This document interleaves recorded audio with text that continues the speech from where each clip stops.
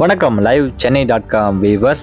நமது சென்னை கூவத்தில் முன்னாள் முதல்வர் ஜெயலலிதா ஆட்சியில் அமைக்கப்பட்ட தூண்களை மீண்டும் மறுசீரமைப்பு செய்து தமிழக அரசு புதிய டபுள் டெக்கர் பாலம் கட்டப்பட்டு வருகிறது.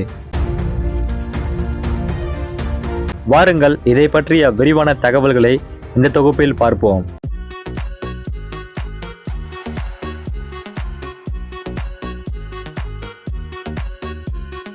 சென்னை மாநகரின் நீண்டகால போக்குவரத்து கனவான துறைமுகம் முதல் மதுரவாயல் உயர்மட்ட சாலை பணிகள் தற்போது தீவிரமாக வேகமெடுத்து வருகின்றன.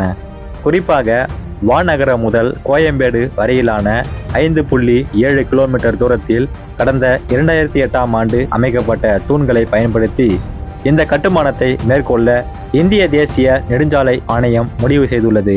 சுமார் 18 ஆண்டுகளுக்கு முன்பு 2008 முதல் 2009ஆம் காலகட்டத்தில் இந்த திட்டத்திற்காக கூவம் ஆற்றங்கரையில் பல தூண்கள் அமைக்கப்பட்டன.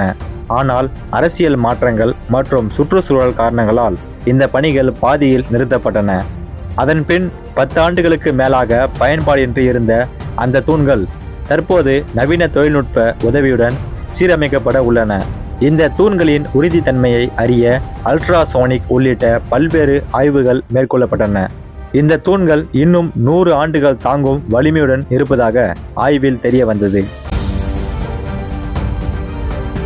தூண்களின் வெளிப்புற கான்கிரீட் மற்றும் உட்புற இரும்பு கம்பிகளை பலப்படுத்தும் ரெட்ரோஃபிட்டிங் பணிகள் தற்போது நடைபெற்று வருகிறது.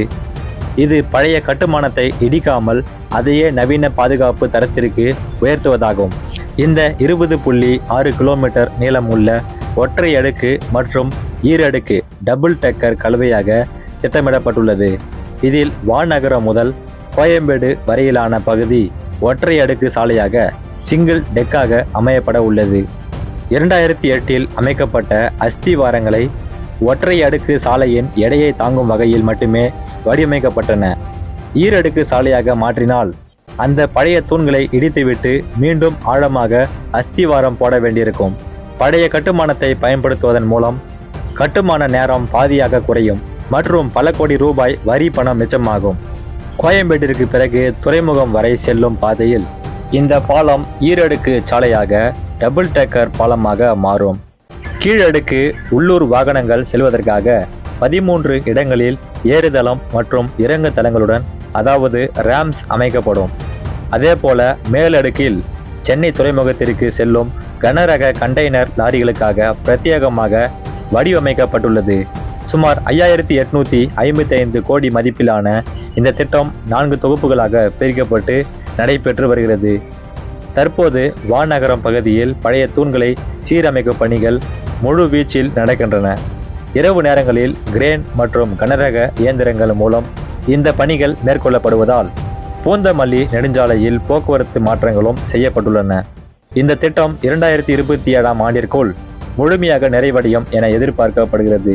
இந்த திட்டம் செயல்பாட்டிற்கு வரும்போது துறைமுகத்திலிருந்து மதுரவாயல் வரையிலான பயண நேரம் 2 மணி நேரத்திலிருந்து வெறும் 25 நிமிடங்களாக குறையும். 18 ஆண்டுகளாக எலும்பு கூடுகளாக நின்ற இந்த தூண்கள் விரைவில் சென்னையின் பொருளாதார வளர்ச்சிக்கான உயிர் நாடியாக மாற உள்ளன.